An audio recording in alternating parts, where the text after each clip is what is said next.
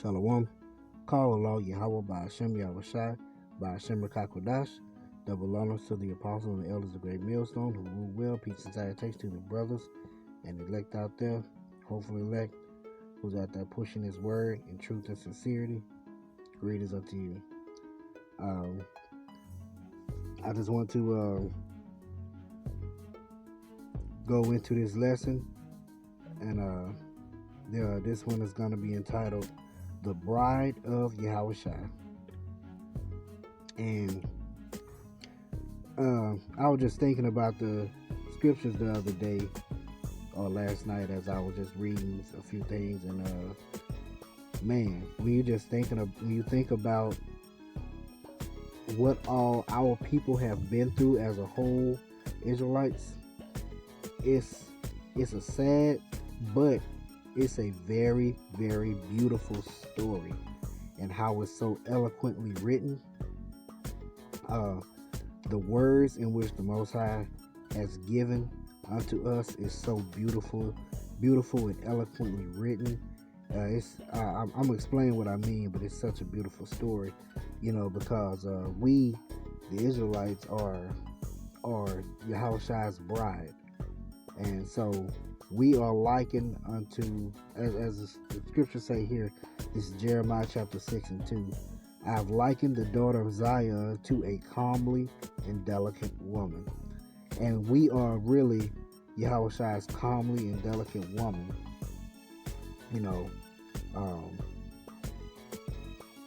Because Yahawashi is our bride, or our husband, Salaki, not our bride. He's our husband, and we as Israel is his bride.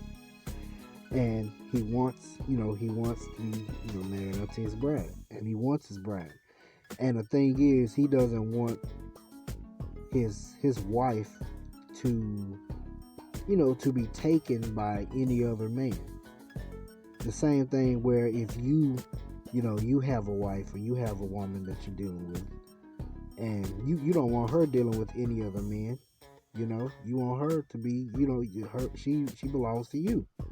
It's the same thing with the Most High and Yahawashi, So by us going off worshiping these other idols, we were literally being penetrated by the other gods, the other doctrines, the other philosophies, all that. So when you think about it as a whole, it's such a beautiful story, and I just want to give a few scriptures on that. Jeremiah 6:2. I have likened the daughter of Zion to a comely and delicate woman.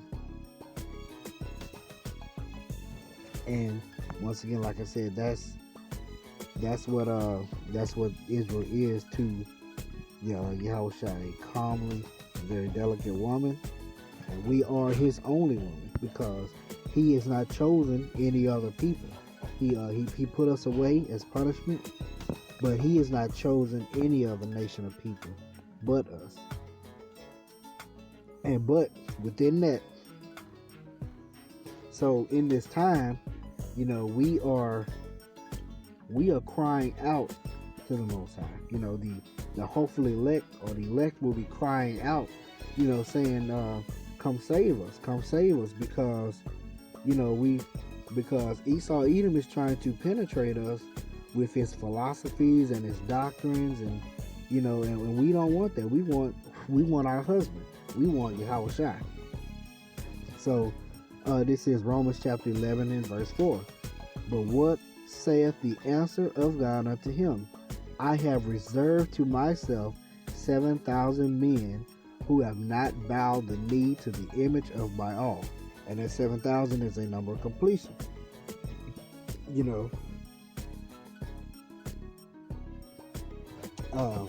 Who have not bowed their knee to the image of Baal. And that's, because that complete number of men, they are the ones who are truly crying out to the Most High, who don't want to do anything, who don't want to have anything to do with this world, or the gods of this world. We want what Yahawashi, we want what the Most High has for us. This is 2nd Ezra chapter chapter 15, verse 8.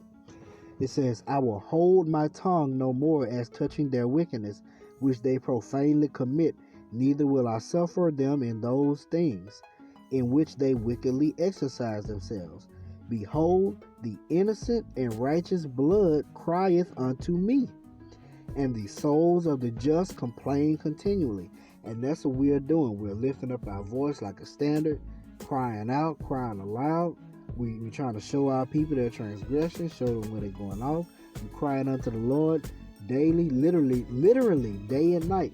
Because these scriptures, these lessons, these videos, you got brothers posting these scriptures, lessons, videos day and night, constantly. So yes, the souls of the just complain continually. We are literally crying out to the Most High, please come get us, come save us. Because especially, bro, with this mark of the beast, they are literally trying to brand you. They're trying to put their brand in you. That's the ultimate deception, the ultimate mockery, the ultimate penetration there. And we don't want that. We don't want nothing to do with what Esau has. So I wanna get this here, because it actually goes back to, if you look at the law on rape, what actually we're going through spiritually. All right, this is going to be Deuteronomy chapter 22. Let's see. I'm going to start at verse 22. Check this out. If a man be found lying with a woman married to an husband, then shall both of them die, both the man that lay with the woman and the woman. So shalt thou put away evil from Israel. All right. Now check this out. If a damsel that is a virgin be betrothed unto an husband, and a man find her in the city and lie with her, then ye shall bring them both out unto the gate of that city, and ye shall stone them with stones that they die. The damsel, because she check this point out. The damsel, because she cried not, meaning so if we were to just go along with Babylon the Great, we're not crying out to the Lord with whatever they doing. Being in the city, and the man, because he hath humbled his neighbor's wife, so thou shalt put away evil from among you. But this is what we are doing. But if a man find a betrothed damsel, which we are betrothed unto Yahawashi, in the field, and the man force her and lie with her, then the man only that lay with her shall die. But unto the damsel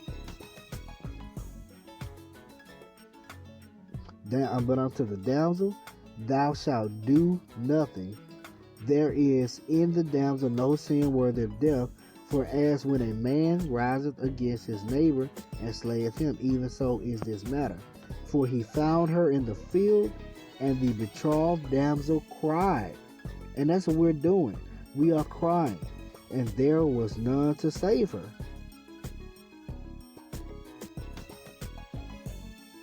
And that's what we're doing. We're crying out unto Lord, hey, save us, come save us.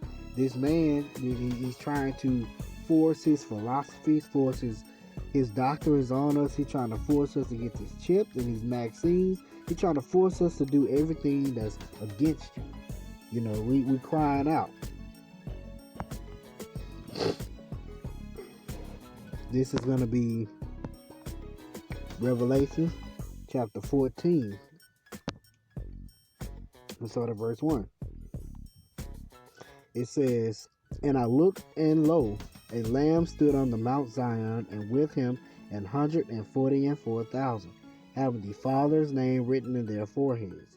And I heard a voice from heaven, as the voice of many waters, and as the voice of a great thunder. And I heard the voice of harpers harping with their harps.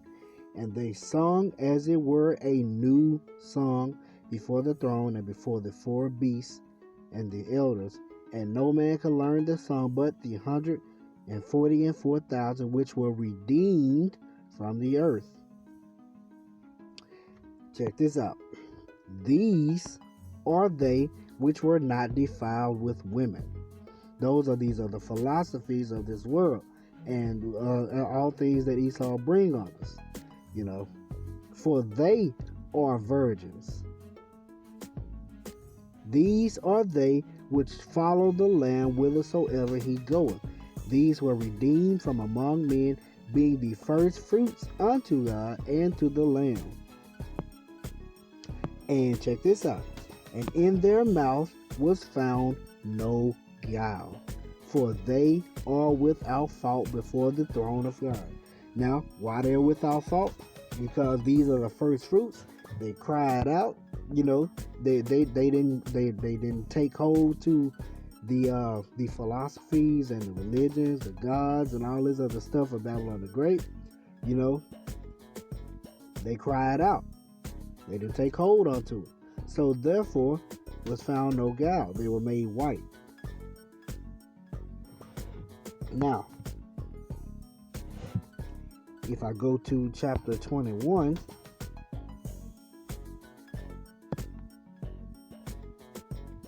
says, and I saw a new heaven and a new earth, for the first heaven and the first earth were passed away, and there was no more sea. And I, John, saw the holy city, New Jerusalem, coming down from God out of heaven, prepared as a bride adorned for her husband. That's us being taken up into the chariots, being quickened, given a new body, being adorned and married unto our husband, Yahawashi, because we're going up into the chariots with Yahawashi, and we're coming back in our new bodies, in our glory bodies, and we're going to come down with Yahawashi, and he's going to reign with us, He's going to reign, and, he's going to be over us. That's beautiful. Like a bride adorned for her husband. Now, further proof, I want to catch this scripture here. Let's see.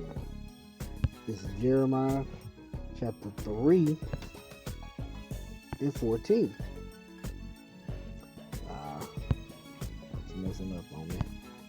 Give me just a sec.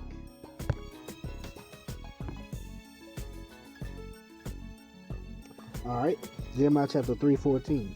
Turn, O backsliding children, saith the Lord, for I am married unto you. I will take you one of a city and two of a family. I will bring you to Zion. The Lord said, I am married unto you, Israel, the children. So, we are Yahawashi's bride. Yahawashi is our husband. We're calling out because Esau Edom is trying to force us here in Babylon the Great, to force us to go against our power, and we don't want it. So you can keep your chip, you can keep your Maximes, all that good stuff. Esau Edom. So hopefully you edified. Shalom.